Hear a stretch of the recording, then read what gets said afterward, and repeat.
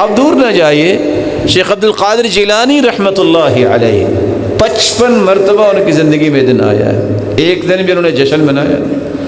چلو یہ بھی دیکھیے، سلطان باہو رحمہ اللہ کی بات لوگ کرتی ہیں، 67 مرتبہ زندگی میں دن آیا ہے، یہ ربیع الاول کا مہینہ، انہوں نے جشن منایا۔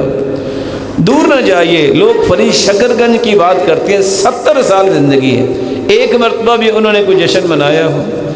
یہ خواجہ معین الدین چشتی رحمہ اللہ کی بات کرتے ہیں، ان کی بھی 53 مرتبہ زندگی میں دن آیا ہے، کسی کتاب میں لکھا انہوں نے جشن منایا ہو۔ محبت کا اظہار کرنے کے لیے لوگ جشن مناتے ہیں، لیکن دیندار لوگ مشن کو آگے لے کے چلتے ہیں۔ کیا جشن منانا یہ محبت ہے یا مشن کو اختیار کرنا یہ محبت ہے؟ اللہ ہمیں بھی مشن والا بنائے، اللہ ہمیں بھی مشن کے ایک ایک گوشے کی حفاظت کرنے والا بنائے۔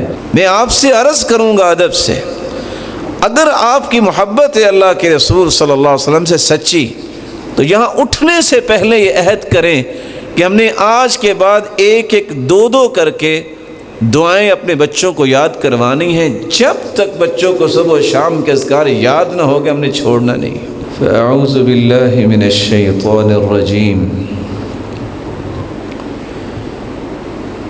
لقد من الله على المؤمنين إذ بعث فيهم رسولا من أنفسهم يتلو عليهم آياته ويزكيهم ويعلمهم الكتاب والحكمة وإن كانوا من قبل لفي ضلال مبين۔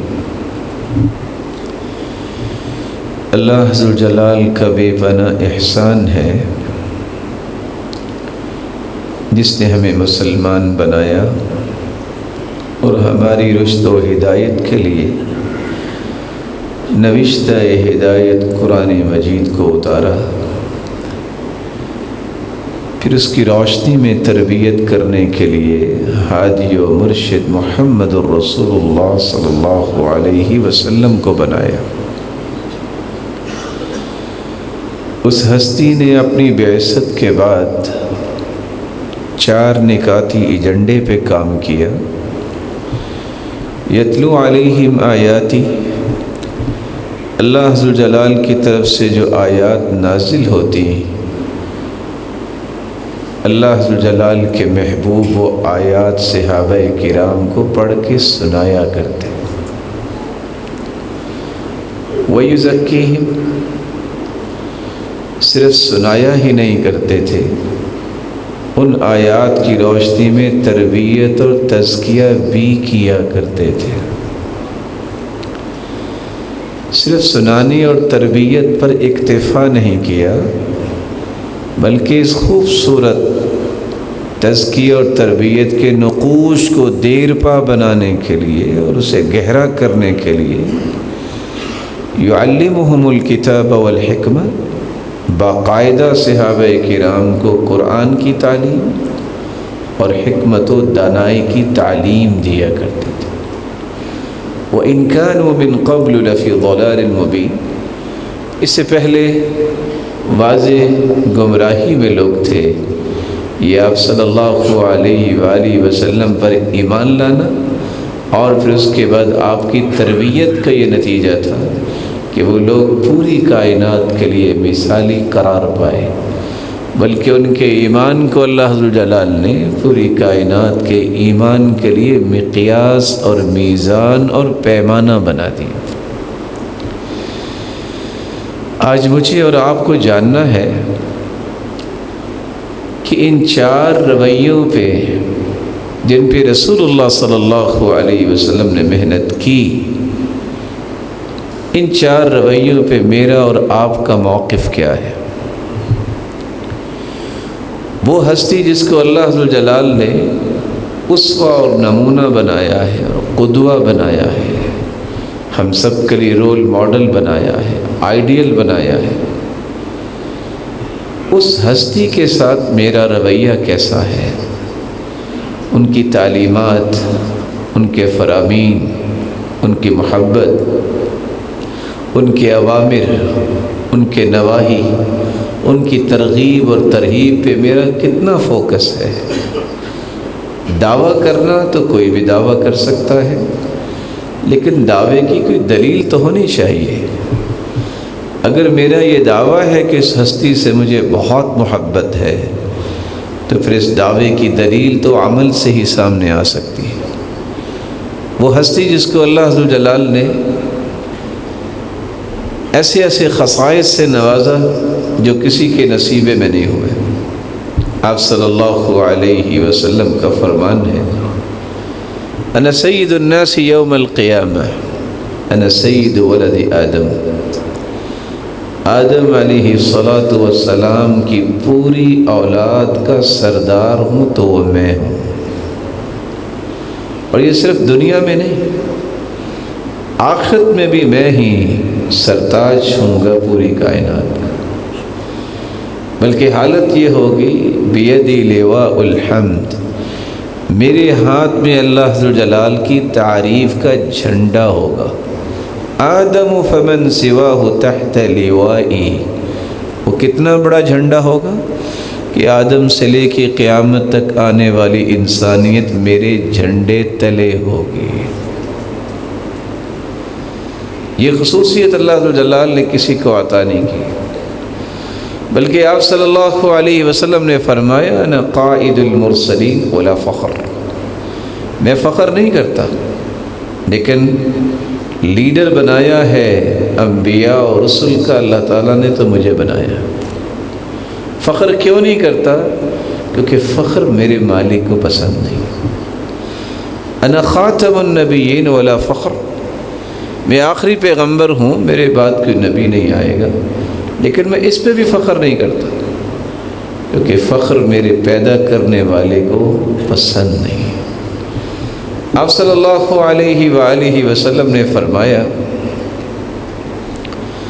کہ 5 چیزیں مجھے عطا کی گئی ہیں جو مجھ سے پہلے کسی کو عطا نہیں کی گئی۔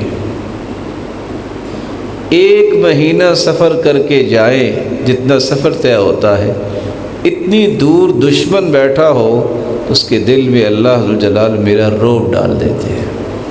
نصرت بالرعب مسیرۃ شہر۔ پہلے لوگ معبد خانے میں، عبادت خانوں میں نماز پڑھتے، لیکن مجھے یہ اللہ نے خصوصیت دی ہے وَجُعِلَتْ لِيَ الْأَرْضُ مَسْجِدًا وَطُهُورًا، ساری کی ساری زمین کو میرے لیے پاک بنا دیا ہے اور مسجد بنا دیا۔ جہاں بھی نماز کا وقت ہو جائے فَأَيُّمَا رَجُلٍ مِّنْ أُمَّتِي أَدْرَكَتْهُ الصَّلَاةُ فَلْيُصَلِّ، جہاں بھی نماز کا وقت ہو جائے جس انسان کو بھی وہاں ہی نماز پڑھ لے، اسے نماز کا اجر ملے گا۔ تیسری بات آپ نے فرمائی، پہلی امتوں کی غنیمتیں جو تھی وہ جمع کر دی جاتی ہیں، آگ آتی اور اٹھا کے لے جاتی، میرے لیے اللہ عز و جلال نے غنیمتوں کو حلال کر دیا۔ وَأُعْطِيتُ الشَّفَاعَةَ، ساری دنیا اکٹھی ہو کے آدم سے لے کے مختلف انبیاء کے پاس جائے گی کہ حساب و کتاب شروع ہو، بڑے پریشان ہیں، قیامت کے 50,000 سال کا دن، لیکن یہ شفاعت کی خصوصیت اللہ نے مجھے دی ہے۔ میرے پاس جب پوری کائنات آئے گی تو میں اللہ عز و جلال کے عرش کے نیچے سجدہ ریز ہو جاؤں گا، اور پھر وہ کچھ میں بولوں گا جو اللہ مجھے سکھائیں گے، اللہ کی تعریف کے کلمات۔ اس وقت پھر اللہ عز و جلال فرمائیں گے ارفع رأسک وسل تعطا واشفع تشفع، اے میرے محبوب سر کو اٹھائیے، آپ سوال کیجئے ہم جواب دیں گے، آپ طلب کیجئے ہم عطا کریں گے، تب جا کے میں سفارش کروں گا، لوگوں کا حساب و کتاب شروع ہوگا۔ اور آپ نے فرمایا کہ پہلے انبیاء کسی خاص علاقے یا کسی قوم کے لیے آیا کرتے، بعثت الی الناس کافہ، میں پوری کائنات کے لیے قیامت تک کے لیے نبی بنا کے بھیجا گیا۔ آپ کی خصوصیات میں سے ایک خصوصیت یہ بھی تھی، اللہ کے رسول صلی اللہ علیہ وسلم نے فرمایا جو خزانے اللہ تعالیٰ نے اپنے عرش کے نیچے چھپائے ہوئے ہیں ان خزانوں میں سے 2 آیتیں مجھے عطا کی ہیں، سورۃ البقرہ کی آخری 2 آیتیں، جو ان 2 آیات کو رات سونے سے پہلے پڑھ لیتا ہے، فی لیلۃ کفتہ، یہ 2 آیتیں اسے کافی ہو جاتی ہیں۔ آپ صلی اللہ علیہ وسلم نے یہ بھی فرمایا کہ اللہ عز و جلال نے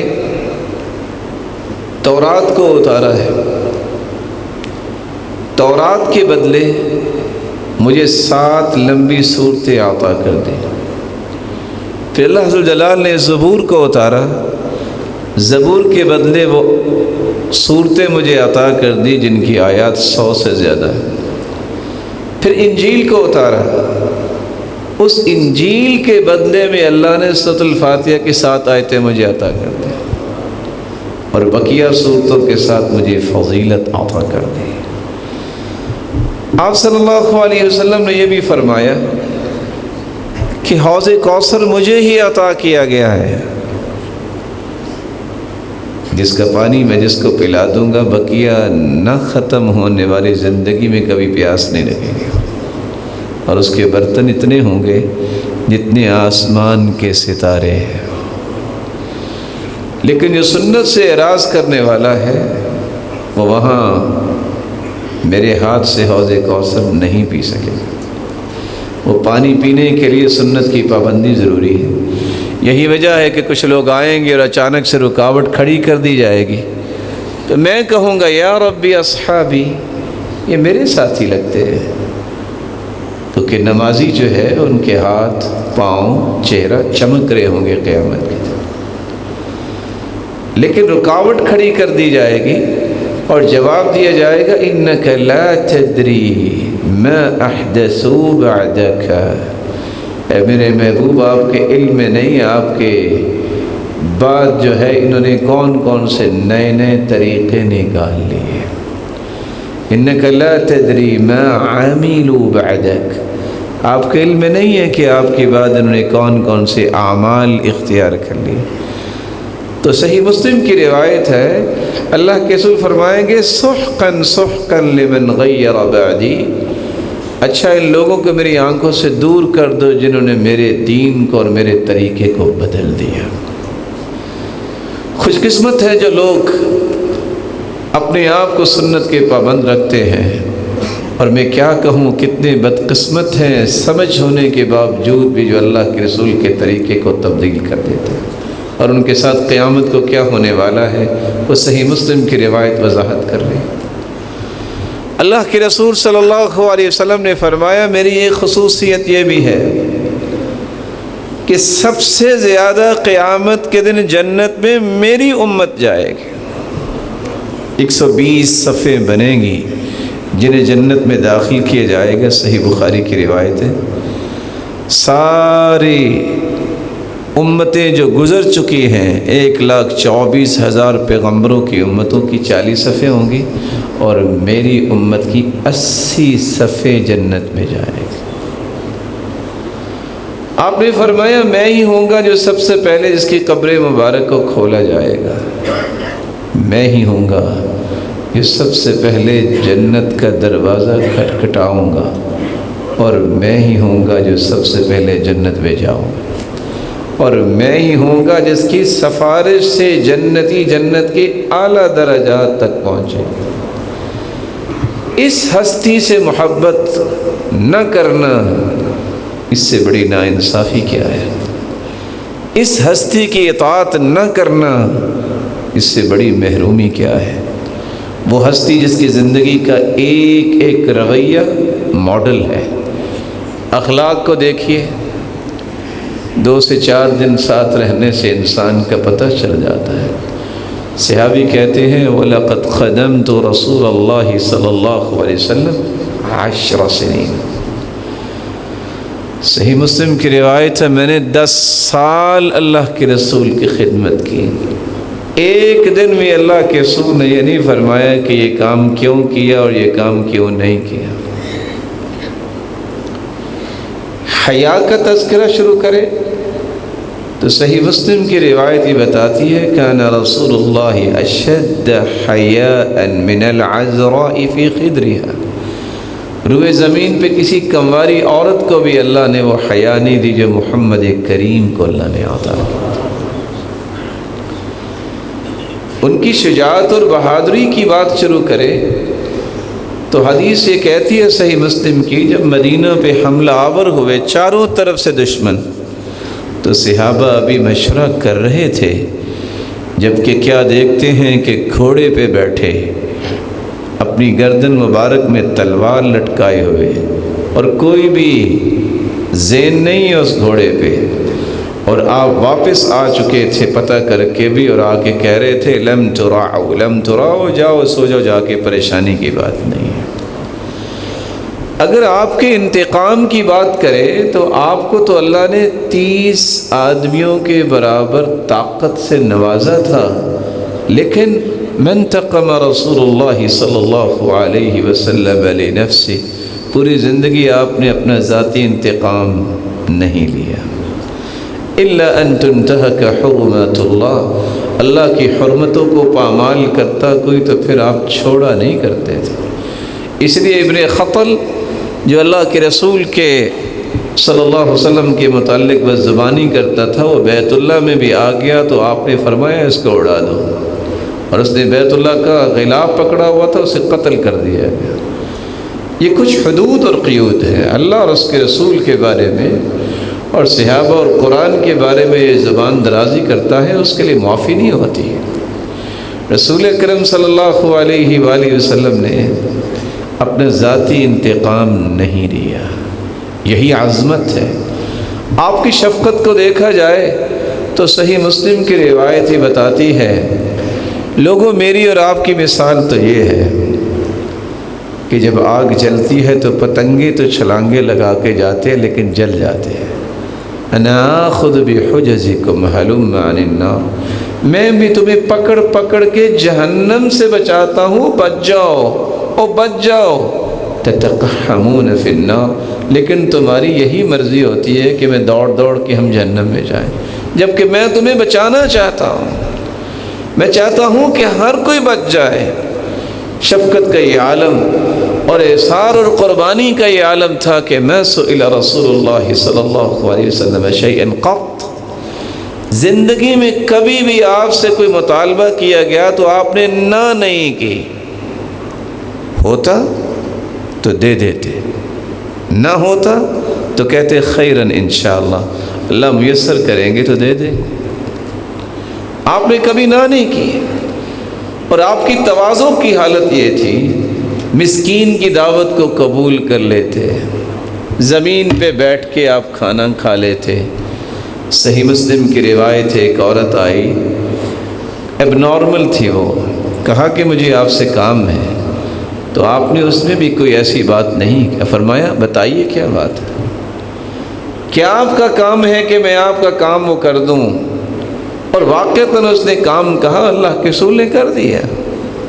تو آپ صلی اللہ علیہ وآلہ وسلم، جس کی شان یہ ہے کہ اگر ان کے اوصاف بیان کرنے لگے تو دن بیتتا ہے، رسول اکرم صلی اللہ علیہ وسلم کے صحابی بیان کرتے ہیں کہ میں نے دنیا میں عنبر اور کستوری تو دیکھی ہے، یہ خوشبوؤں کی سردار ہے، میں نے عنبر اور کستوری میں وہ خوشبو نہیں دیکھی، نہیں آج تک محسوس کی جو آپ کے جسد اطہر سے نکلنے والے پسینے میں خوشبو اللہ نے رکھی تھی۔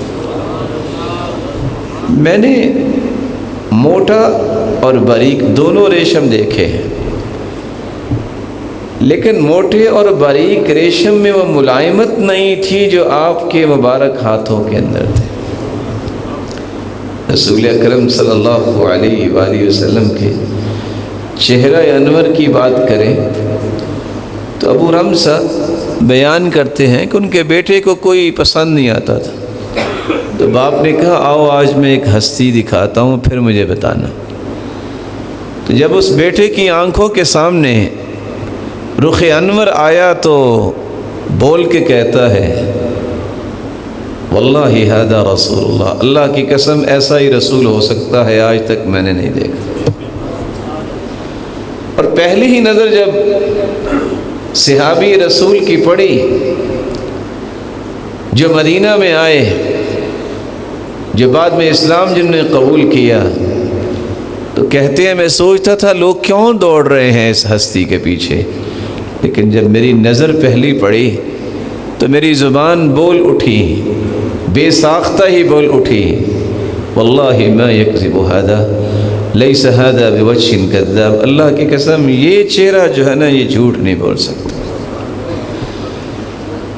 اس قدر اللہ عز و جلال نے جلالت اور حسن دیا تھا کہ ابو کبیر حضلی کا شعر پڑھتے ہوئے سیدہ عائشہ تعریف کیا کرتی کبھی کبھی، فلما رأيت إلى أسارير وجهه برقت كبرق العارض المتهلل، جب اللہ کے رسول صلی اللہ علیہ وسلم تشریف لاتے ہیں یوں محسوس ہوتا ہے جیسے کالی گھٹاؤں میں اچانک سے 14ویں رات کا چاند طلوع ہو جاتا ہے۔ صحابی کہتے ہیں کہ میں نے آپ کے کندھے مبارک سے ہٹی ہوئی چادر کو دیکھا اور آپ کے کندھے مبارک ایسے تھے کہ انہا سبیکۃ من فضہ، جیسے اللہ عز و جلال نے چاندی سے ڈھالا ہوا ہو۔ وکان ازہر اللون، آپ صلی اللہ علیہ وسلم کا سنہری رنگ تھا، آپ نے سرما نہ بھی لگایا ہو، کان اکحل العینین، آپ کی آنکھیں سرمگی تھی، یوں محسوس ہوتا تھا جیسے آپ نے سرما لگایا۔ اس ہستی کے بارے میں صحابی نے 5 باتیں مختلف صحابہ نے بیان کی۔ کان کثیر الشعر اللحیہ، آپ کی داڑھی کے بال زیادہ تھے۔ کان عظیم اللحیہ، آپ کی بڑی داڑھی تھی۔ کان ضخم اللحیہ، بھاری داڑھی تھی۔ اور چوتھی روایت، آپ صلی اللہ علیہ وسلم کی داڑھی کے بال آپ صلی اللہ علیہ وسلم کی گردن مبارک سے سینے تک ڈھانپتے تھے۔ میری سمجھ سے باہر ہے یہ بات کہ محبت کے دعوے تو بڑے ہیں، لیکن اس ہستی کی خوبصورت شکل جس جیسی اللہ نے کسی کو بنایا ہی نہیں ہے وہ ہمیں پسند کیوں نہیں ہوتی؟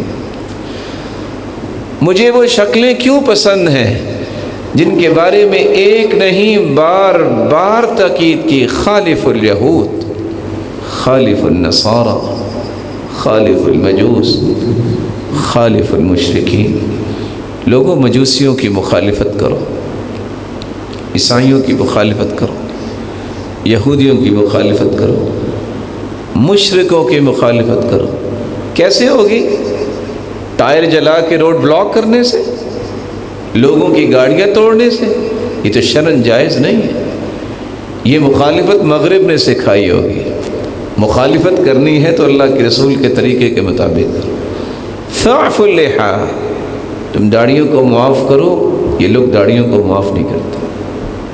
فإنهم لا يعفون اللحا، آج جو چند چھٹانگ کے بال اٹھا کے چلنے میں شرماتا ہے، کل کو گناہوں کی گٹھریاں اٹھا کے پل صراط سے کیسے گزرے گا؟ دعویٰ کرنا بڑا آسان ہے، لیکن رویے اس طرح بنانا یہ اصل محبت ہے۔ لو كان حبك صادقا لأطعته، ان المحب لمن يحب مطيع، اگر تمہارا دعویٰ محبت کا سچا ہوتا تو تم اطاعت کرتے، تم ان کے نقش قدم پہ چلتے۔ کیوں؟ ان المحب لمن يحب مطيع، کیونکہ محبت کا دعوے دار اپنے محبوب کی بات مانتا ہے۔ جو بات نہیں مانتا، ڈینائی کرتا ہے، اس کو محب نہیں کہا کرتے، اس کو دھوکے باز کہا جاتا ہے۔ آئیے چند رویوں پہ غور کیجئے کہ جس پیغمبر سے محبت کا دعویٰ ہے میرے رویے بھی ویسے ہیں۔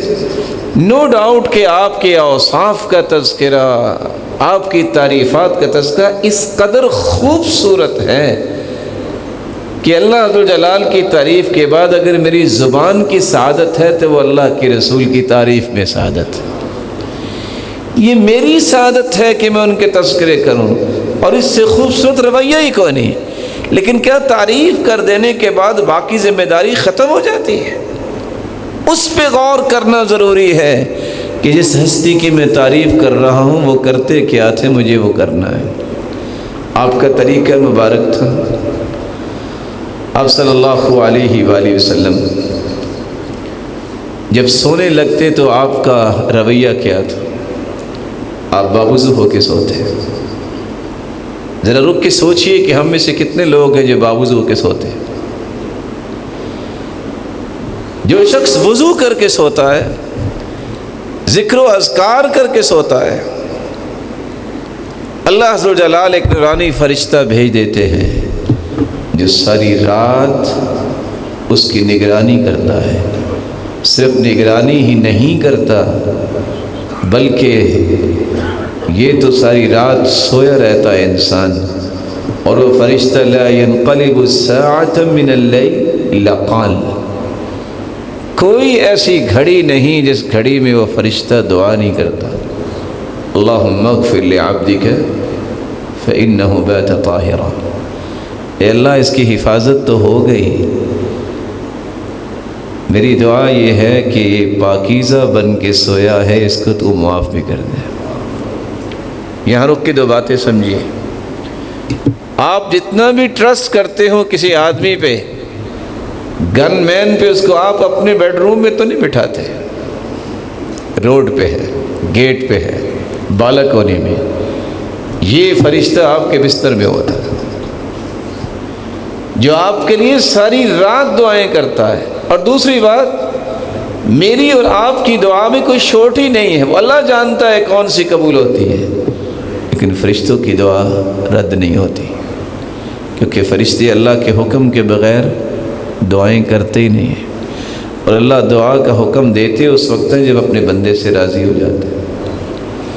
آپ کا معمول یہ تھا کہ آپ صلی اللہ علیہ وسلم لا ینام حتی یقرأ الف لام میم تنزیل وتبارک الذی بیدہ الملک.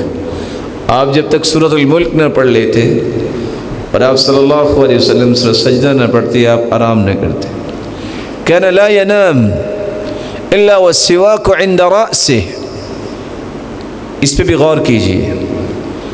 ساری خدمتیں کروانے کے لیے ہر وقت انسان کا غصہ بھی ہوتا ہے، باتیں بھی ہوتی ہیں. کبھی اہلیہ سے یہ بھی کہا کرے کہ سیدہ عائشہ کا طریقہ یہ تھا رضی اللہ عنہا و ارضاہا کہ آپ کے سونے سے پہلے مسواک تیار کر کے تکیے کے پاس رکھ دیا کرتی تھی. آج ٹی وی کو آن آف کرنے کے لیے ریموٹ تو رکھا ہوگا، لیکن مسواک کدھر ہے؟ آپ تہجد کے لیے اٹھتے تو مسواک کرتے، 2 رکعتیں پڑھتے پھر مسواک کرتے، 2 رکعتیں پڑھتے پھر مسواک کرتے. یہ عمل آج ختم ہو گیا ہے. آپ صلی اللہ علیہ وآلہ وسلم رات کو سونے لگتے تو آپ تینوں کل پڑھ کے اپنے مبارک ہاتھوں میں پھونک مارتے، سر سے لے کے اپنے جسم تک جہاں تک ہاتھ جاتے، کیونکہ لفظ یہ ہے ثم مسح بها ما استطاع من جسده، جہاں تک جسم پہ ہاتھ پہنچ سکتے. آپ صلی اللہ علیہ وسلم اپنے آپ کو دم کرتے. گھر گھر میں نظر بد کی شکایت، گھر گھر میں جادو اور ٹونا، گھر گھر میں جنات کے مسائل، گھر گھر میں کیوں ہے؟ کیا صبح و شام کے اذکار کی پابندی ہے گھروں میں؟ دن رات اپنے بچوں کو آپ لگاتے ہیں یہ کر لو یہ کر لو، یہ ڈگری آ جائے. کیا اس کی کوئی ضرورت نہیں ہے کہ اس کا ایمان محفوظ ہو اور وہ بھی محفوظ ہو؟ یہ آپ کو بچوں کی حفاظت ضروری نہیں؟ میں آپ سے عرض کروں گا ادب سے، اگر آپ کی محبت ہے اللہ کے رسول صلی اللہ علیہ وسلم سے سچی، تو یہاں اٹھنے سے پہلے یہ عہد کریں کہ ہم نے آج کے بعد 1-1 2-2 کر کے دعائیں اپنے بچوں کو یاد کروانی ہیں. جب تک بچوں کو صبح و شام کے اذکار یاد نہ ہو گے ہم نے چھوڑنا نہیں.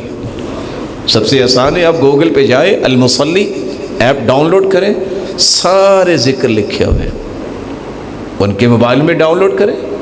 ان سے کہیں بیٹا مجھے کر کے دکھاؤ. اپنا بھی معمول بنائیں. میں دعویٰ نہیں کرتا، لیکن ایک حقیقت ہے جو صبح و شام کے اذکار کی پابندی کرتا ہے، دنیا جہان کا جادو اور جن اس پہ اثر انداز نہیں ہوگا. یہ حفاظتی اقدامات ہیں. اگر اللہ کے رسول صلی اللہ علیہ وسلم اپنے بچے، اپنے پیارے بیٹوں حسن و حسین جو جنت کے شہزادے ہیں، ان کو دم کیا کرتے تھے نبی ہونے کے باوجود اور جنت کے شہزادے ہیں، تو پھر ہم کیوں نہیں کرتے؟ اعیذکما بکلمات اللہ التام من کل شیطان وہام ومن کل عین لام۔ کچھ بھی ہو جائے صبح و شام اپنے بچوں کو دم کیجیے۔ آپ کی محبت جب اللہ اور اس کے رسول کے ساتھ خالص نہیں ہوگی، غصہ نہ کیجیے گا، آپ اپنے بچوں سے بھی سچی محبت نہیں کریں گے، کیونکہ سچی محبت یہ ہے کہ آپ ان کے دین کی حفاظت کریں اور ان کی حفاظت کریں۔ آپ ترلے تو لیتے رہیں گے، اب یہ بیمار ہو گیا، کسی ڈاکٹر کے پاس جائیں گے، جانا چاہیے، جائز ہے، منع نہیں ہے، لیکن یاد رکھنا ڈاکٹر کی دوائی بھی اثر انداز کب ہوتی جب اس کا فیصلہ ہے، تو کیوں نہ اس کی حوالے کریں، وہ ہے سب سے بڑا طبیب، اس پر اعتماد اور توکل کریں۔ اگر مہینہ ایک طبیب رہتا ہے مدینے میں، کوئی بیماری نہیں ہوتا، واپس آ جاتا ہے، وہ کیا چیزیں استعمال کرتے تھے؟ کون سی ہائیجینک جو ہے وہ خوراکیں تھیں؟ وہ یہی خوراکیں تھیں، صبح و شام اللہ ذوالجلال سے تعلق تھا اور ذکر و اذکار تھا۔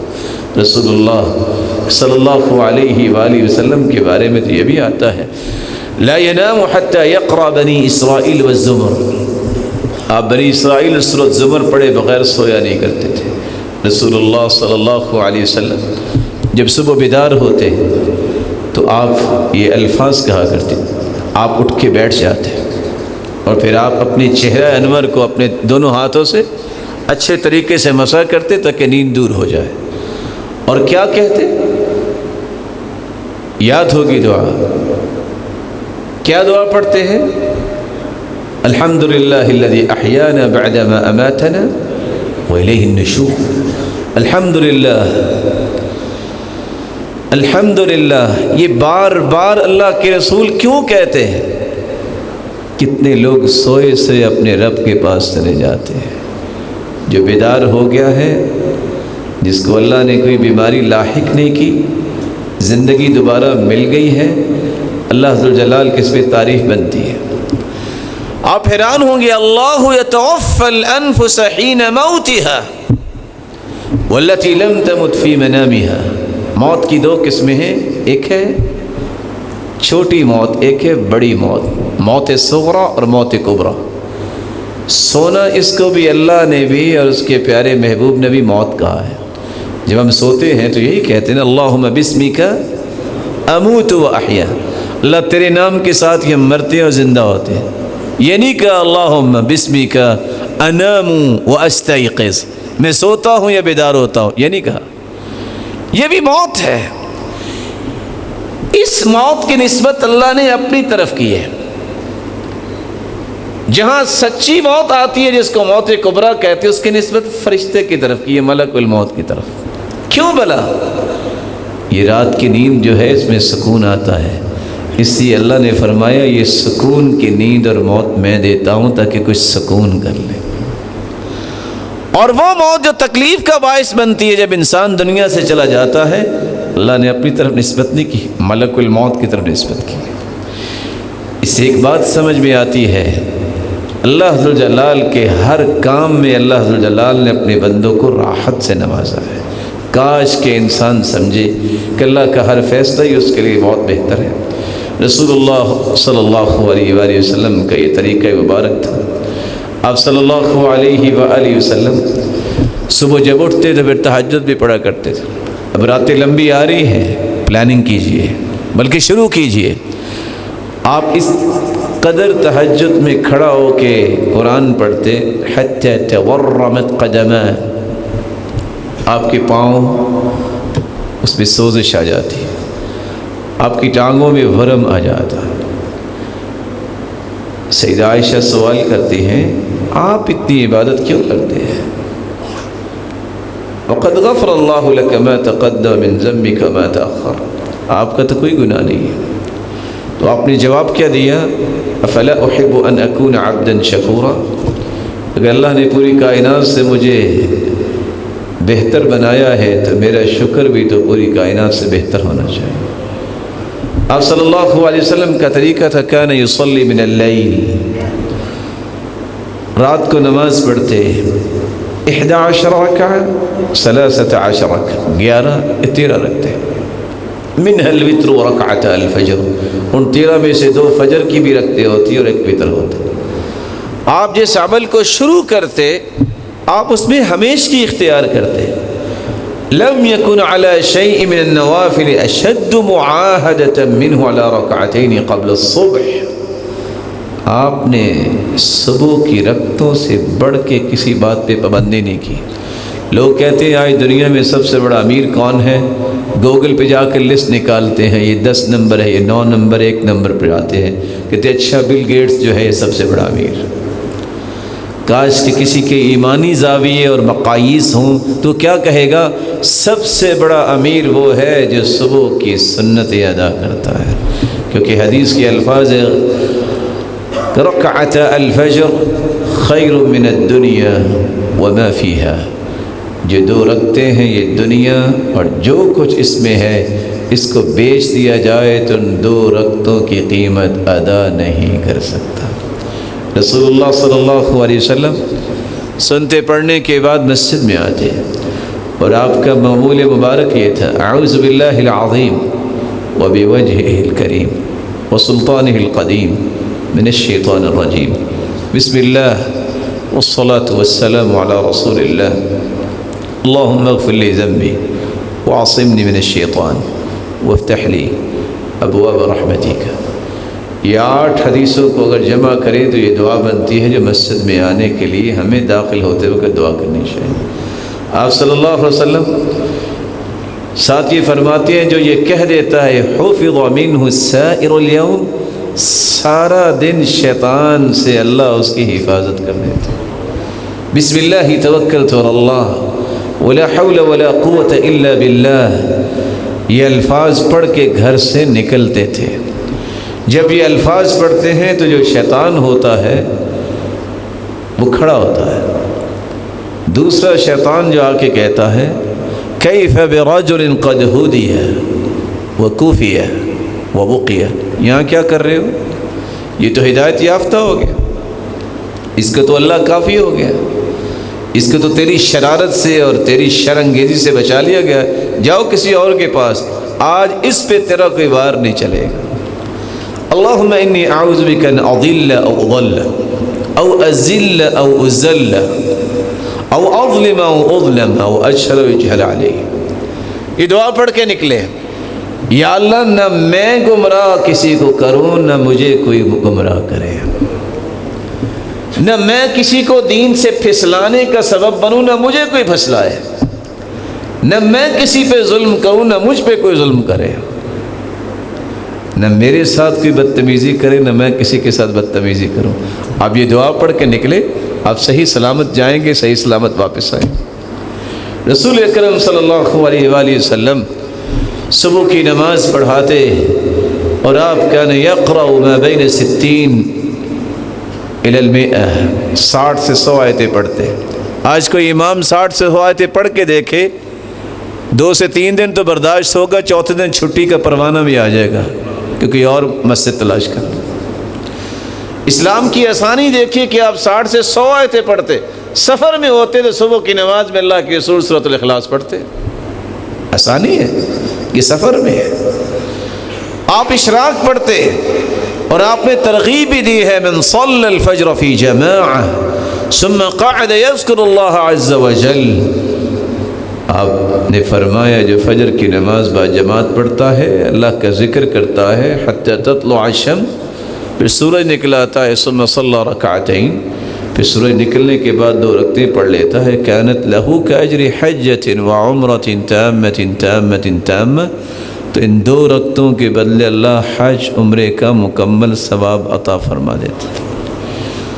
آپ چاش کی نماز پڑھتے ہیں، کان یصلی الضحی 4 ویزید ما شاء اللہ، 4 رکعتیں آپ اس وقت پڑھتے جس کو چاش کی نماز کہتے ہیں، ضحیٰ کی نماز کہتے ہیں۔ حین رمضت الفصال، صحیح مسلم کی روایت ہے، سخت گرمی میں اگر اونٹنی کا بچہ نکلے تو اس کے پاؤں جلیں، ایسے وقت میں 4 رکعتیں پڑھی جا سکتی ہیں۔ اور حدیث میں آتا ہے، حدیث قدسی، اللہ فرماتے ہیں آدم کے بیٹے صبح کے وقت 4 رکعتیں تم پڑھ لو، باقی سارا دن میں تجھے کافی ہو جاؤں۔ اور اگر 2 رکعتیں پڑھ لی جائیں تو 360 جوڑ ہیں انسان کے، بڑے سے بڑے تاجر ہر جوڑ کا صدقہ روزانہ ادا نہیں کر سکتے، رہ ہی جائے گا، بھول ہی جائے گا، لیکن 2 رکعتیں پڑھنے والے کے جسم کے 360 اعضاء کا صدقہ ادا ہو جاتا ہے۔ آپ نے 6 بھی پڑھی ہیں، اور ام ہانی رضی اللہ تعالی عنہ کے گھر میں 8 بھی پڑھی۔ آپ صلی اللہ علیہ وآلہ وسلم کا عمل یہ تھا، انہ لیغان علی قلبی وانی لاستغفر اللہ فی اليوم 100 مرہ۔ پیغمبر ہیں، پیغمبروں کے سرتاج ہیں، لیکن فرمایا میرے دل میں پردہ سا آ جاتا ہے، اس لیے میں ہر روز 100 مرتبہ استغفار کرتا ہوں۔ دیانتداری سے بتائیے، جس ہستی کا کوئی گناہ ہی نہیں ہے، جس ہستی جیسی آج تک اللہ نے پیدا ہی نہیں کیا اور نہ قیامت تک پیدا ہو سکے، وہ تو 100 مرتبہ استغفار کرے۔ اور ہم کتنے لوگ بیٹھے ہیں یہاں، وہ میرے پیارے بھائی اور بزرگ جو ہر روز 100 مرتبہ استغفار کرتے ہیں۔ کبھی ہمیں اس پہ بھی غور کرنا چاہیے۔ یہ دھلائیاں آج آپ کے کام آئیں گی، آج یہ کروا لو گے اپنے گناہوں کی دھلائیاں، تو کل کو صاف ستھرے جنت میں جاؤ۔ آپ صلی اللہ علیہ وآلہ وسلم نے حکم دے دیا کہ من صلی الجمعہ فلیصلی بعدها 4، جو جمعہ پڑھتا ہے بعد میں 4 رکعتیں پڑھے۔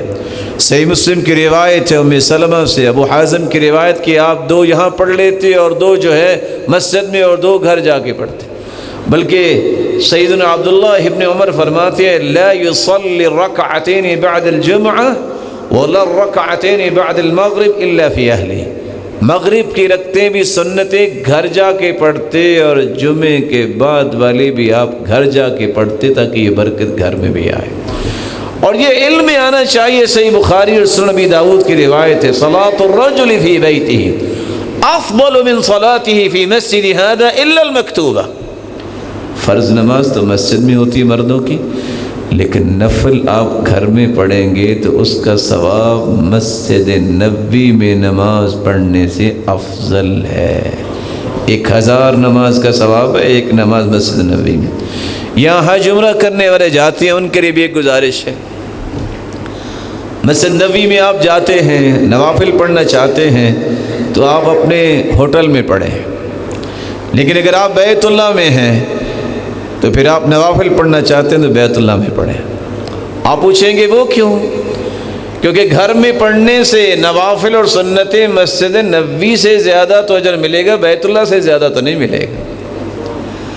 بیت اللہ میں ایک نماز پڑھنے سے 55 سال 6 مہینے کی نمازوں سے بھی افضل اجر و ثواب ملتا ہے۔ 1,00,000 نماز کا اجر و ثواب ہے۔ آپ صلی اللہ علیہ وآلہ وسلم کا طریقہ مبارک یہ بھی تھا، کان بابہ یقرع بالاظافیر۔ اس قدر تربیت کی ہوئی تھی صحابہ کی کہ آپ نے دروازہ کھٹکھٹانا ہے تو ناخنوں کے ساتھ، اتنا زور سے نہیں کھٹکھٹانا۔ جیسا کہ امام احمد بن حنبل تشریف فرماتے، باہر سے کسی نے دروازہ کھٹکھٹایا، کہتے ہیں ہذا الشرط، یہ تو پولیس کا کھٹکھٹانا، یہ کوئی عام بندہ تو نہیں ہے۔ لیکن ہمارا تو معمول یہ ہے کہ دروازہ کھٹکھٹاؤ، یا میں نہیں یا دروازہ ہی نہیں، یہ کوئی طریقہ نہیں ہے۔ آپ جائیں اور آپ صلی اللہ علیہ وسلم کے طریقے کو اختیار کریں۔ کان اذا اتى بابا لم يستقبل الباب من تلقاء وجه، کبھی بھی دروازے کے سامنے کھڑا ہو کے آواز نہ دیں، سلام نہ کہیں اور دروازہ نہ کھٹکھٹائیں۔ کیا کریں؟ ولكن من ركنه الايمن، دائیں طرف کھڑے ہوں، او من ركنه الايسر، یہ بائیں طرف کھڑے ہوں، اور کہیں السلام علیکم ورحمۃ اللہ، السلام علیکم۔ اجازت ملے تو آپ چلے جائیں، نہ اجازت ملے تو آپ واپس چلے جائیں۔ خود اللہ کے رسول جا کے دروازہ کھٹکھٹایا ایک صحابی کا، جواب نہیں آیا، اب واپس چلے گئے، کوئی ناراضگی نہیں ہو۔ اور کسی کے گھر بغیر اجازت کے نہ جائیں۔ صحیح مسلم کی روایت ہے، جو کسی کے گھر میں جانا تو دور کی بات ہے، کسی کے گھر میں جھانک بھی لیتا ہے، اگر کوئی پتھر یا لوہے کی سلاخ مار کے اس کی آنکھ پھوڑ دے، اس پہ کوئی گناہ نہیں۔ اس لیے امام اوزاعی سے پوچھا تھا ما حد الطفل الذي يستأذن، کتنی عمر کا بچہ ہے جس کو سکھا دینا چاہیے کہ بیٹا کسی کے گھر اجازت کے بغیر نہیں جانا چاہیے؟ تو انہوں نے جواب دیا تھا 4 سنین، 4 سالہ بچے کو یہ سکھا دینا چاہیے بیٹا کسی کے گھر اجازت کے بغیر نہیں جاتے۔ یہاں 40 سالہ بچے بھی آرام سے چلے جاتے اور کہتے ہیں میری فرسٹ کزن کا گھر ہے۔ یہ بچپنا ان کا پھر بھی ختم نہیں ہوتا، اور یہ شرعی مسئلہ ہے۔ رسول اکرم صلی اللہ علیہ وآلہ وسلم نے تو صحابہ کو یہاں تک سمجھایا تھا۔ عبداللہ ابن عباس فرمایا کرتے تھے کہ اگر والد گرامی کا الگ گھر ہے، الگ کمرہ ہے، تو اجازت کے بغیر ڈائریکٹ ان کے پاس بھی نہ جاؤ۔ یہ ادب ہے، یہ احترام ہے، یہ اقدار ہیں۔ اور آپ نے وہ حدیث سنی ہوگی کہ والدین جو سو گئے، جن کو سب سے پہلے دودھ پلایا کرتے تھے وہ شخص، لیکن اس نے بیدار نہیں کیا کہ پہلے ان کو پلاؤں، نہ بچوں کو پلایا اور نہ ہی ان کو اٹھایا، کیونکہ لفظ یہ ہے اکرہ ان اوقظہما من نومہما، مجھے پسند ہی نہیں آیا کہ میں ان کی نیند خراب کروں۔ والدین آرام کر رہے ہیں، ان کو آرام کرنے دیں۔ رسول اللہ صلی اللہ علیہ وسلم کی یہ سکھائی ہوئی چیزیں اللہ ہمیں بھی سیکھنے کی توفیق عطا فرمائے۔ خوشی کا موقع آپ کو ملتا، کان اذا اتاہ امر یسر بہ خر ساجدا للہ، خوشی سے جیسے آج قومیں اچھل رہی ہیں اور کودتی نظر آتی ہے، یہ طریقہ نبوی نہیں ہے۔ آپ کو جب بھی خوشی آئی آپ سجدہ ریز ہوتے تھے۔ کان اذا حزبہ امر صلی، آپ جب بھی کسی چیز کا خوف محسوس کرتے، آپ کو دکھ پہنچتا، تو آپ اس کو بھی دور کرنے کے لیے نماز ہی پڑھتے۔ اس وقت بابیلا اور نوحہ نہیں کرنا چاہیے جیسے قومیں کیا کرتی ہیں، یہ نبوی طریقہ نہیں ہے۔ آپ صبح کی نماز پڑھ کے یہ دعا کرتے، اللہم انی اسألک علما نافعا، یا اللہ علم وہ دے جس کا مجھے نفع ملے دنیا اور آخرت میں، میرے اہل و عیال کو بھی نفع ملے، ورزقا طیبا، اے اللہ توشہ حلال کا دینا، وعملا متقبلا، اور عمل وہ کرنے کی توفیق عطا فرمانا اے اللہ جو تیرے ہاں قبول ہو جائے۔ آپ صلی اللہ علیہ وسلم کو جب بھی کسی صحابی کو سر میں تکلیف ہوتی تو آپ کہتے آپ سنگی لگوایا کریں، جب کسی کو پاؤں میں تکلیف ہوتی تو آپ کہتے کہ آپ اس میں مہندی لگایا کریں۔ حیرانگی ہوگی کہ یہ کیا؟ یہ علاج تھا۔ اگر کسی کو زخم آ جاتا تو آپ صلی اللہ علیہ وسلم پرانی چٹائی کو جلا کے کہتے اس میں راکھ رکھیں، یہ طب نبوی ہے۔ رسول اللہ صلی اللہ علیہ وآلہ وسلم جب خود بھی کسی بھی بیماری میں مبتلا ہوتے تو نفس علی نفسی بالمعوذات، آپ خود بھی قل هو اللہ، قل اعوذ برب الفلق اور قل اعوذ برب الناس، ان دونوں صورتوں کو پڑھ کے اپنے آپ کو بھی دم کیا کرتے۔ اور آپ میں سے کسی کے بھی گھر، آپ صلی اللہ علیہ وسلم کے گھر والوں میں سے کوئی بیمار ہوتا تو آپ یہ دعا کر کے دم کرتے، بسم اللہ ارقیک من کل شیء یؤذیک من شر کل نفس او عین حاسد، بسم اللہ ارقیک واللہ یشفیک۔ اور آپ یہ دعا پڑھ کے بھی دم کرتے، بسم اللہ یبریک من داء یشفیک، اللہ ہر بیماری سے آپ کو بری کر دے، آزاد کر دے اور شفا دے دے ہر بیماری سے، ومن شر حاسد اذا حسد، ہر حاسد کے حسد سے بچائے، ومن شر کل ذی عین، ہر بری نظر والے کی شر سے بھی آپ کو محفوظ فرمائے۔ لیکن تربیت کی حالت یہ تھی، آپ صلی اللہ علیہ وسلم کو پتہ چل جاتا کہ کسی نے بات ٹھیک نہیں کی، کان اذا اطلع علی احد من اہل بیتی کذب کذبۃ لم یزل عنہ معرضا حتی یحدث منہ توبہ، جب کسی کے بارے میں پتہ چل جاتا ہے اس نے غلط بیانی کی ہے تو جب تک توبہ نہ کروا لیتے دوبارہ اس سے کلام نہیں کیا کرتے تھے۔ آپ کا یہ معمول بھی تھا، کان مما یقول للخادم الک حاجہ، آپ خادم کو بلایا کرتے، وہ نہیں کہتا بلایا کرتے، الک حاجہ، کوئی آپ کی ضرورت ہے میں پوری کروں۔ آپ صلی اللہ علیہ وسلم کا معمول تھا، کان اذا شرب، پانی پیتے، دودھ پیتے یا کوئی چیز، تنفس ثلاثا، برتن کے باہر 3 سانس لیتے۔ کیوں؟ آپ نے اس کی توجیہ بیان کی، وَأَهْنَ وَأَمْرَ وَأَبْرَ، اس سے بیماریاں بھی دور ہوتی ہیں، یہ انسان کا جزو بدن بھی بنتا ہے اور یہ انسان کے پیٹ کی شکایت دور کرنے کا باعث بھی بنتا ہے۔ رسول اکرم صلی اللہ علیہ وآلہ وسلم جب کھانا کھاتے تو آپ یہ دعا پڑھتے، الحمدللہ الذی اطعم وسقى وسوغه وجعل له مخرجا، اور جو شخص یہ دعا پڑھ لیتا ہے الحمدللہ الذی اطعمنی ھذا الطعام ورزقنیہ من غیر حول منی ولا قوہ، یہ چند الفاظ ہیں، کھانا بھی کھا لیا، اللہ کا شکر بھی ادا ہو گیا، اور سارے گناہوں کی معافی بھی مل گئی۔ رسول اللہ صلی اللہ علیہ وسلم جب سرما لگاتے تو دائیں آنکھ میں 3 مرتبہ اور بائیں آنکھ میں 2 مرتبہ، کیونکہ آپ وطر استعمال کرتے تھے۔ وَإِذَا اسْتَجْمَرَ وِطْرًا، اگر پانی مہیا نہ ہوتا تو آپ استجمار کرتے پاکیزگی حاصل کرنے کے لیے، جو پتھر استعمال کرتے وہ طاق عدد ہوتا۔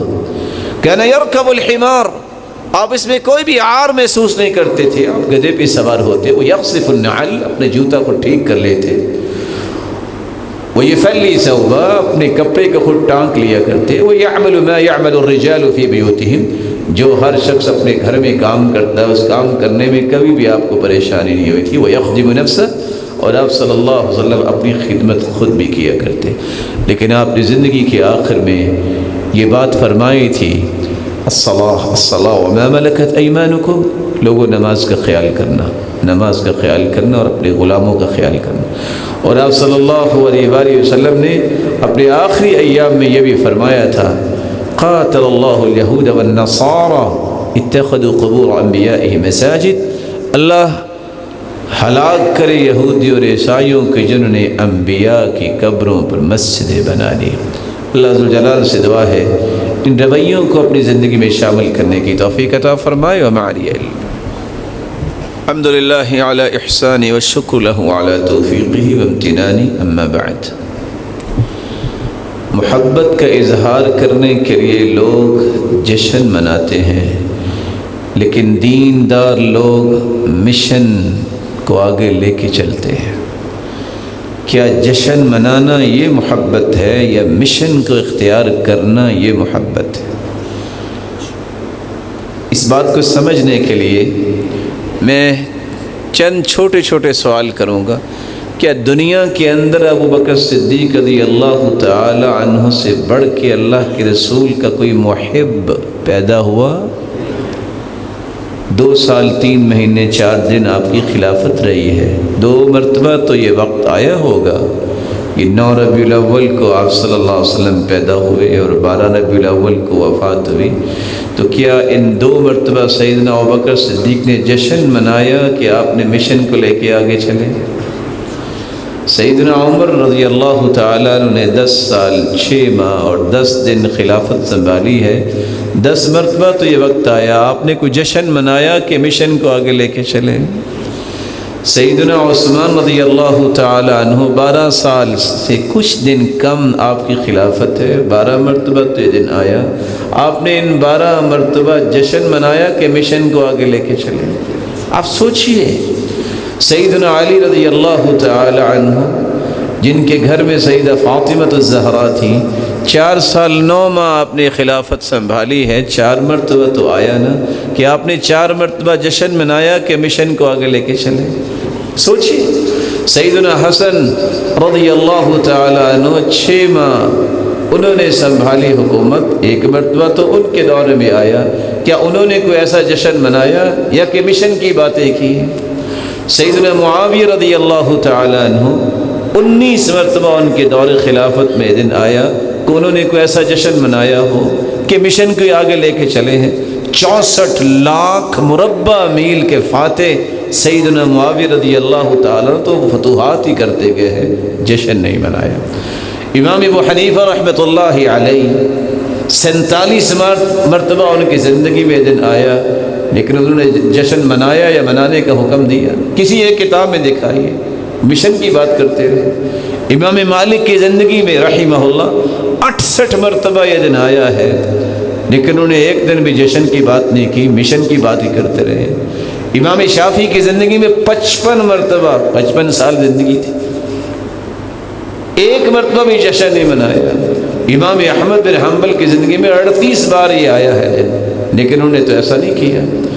اب دور نہ جائیے، شیخ عبد القادر جیلانی رحمۃ اللہ علیہ 55 مرتبہ ان کی زندگی میں دن آیا ہے، ایک دن بھی انہوں نے جشن منایا۔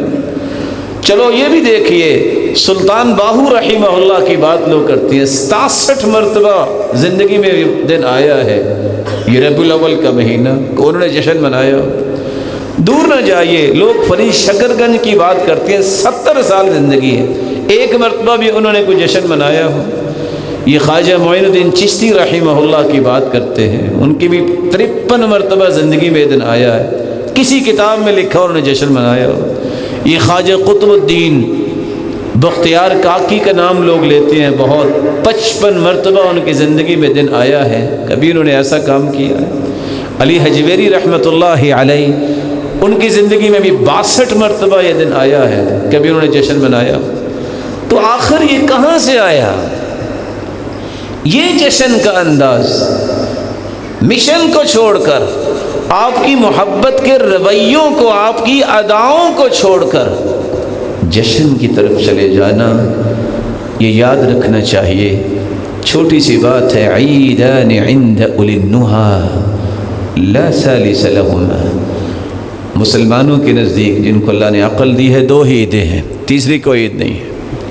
لمن یبغی السلامۃ فی غدی، جو قیامت کو سلامتی چاہتا ہے، اور وہ کون سی عیدیں ہیں؟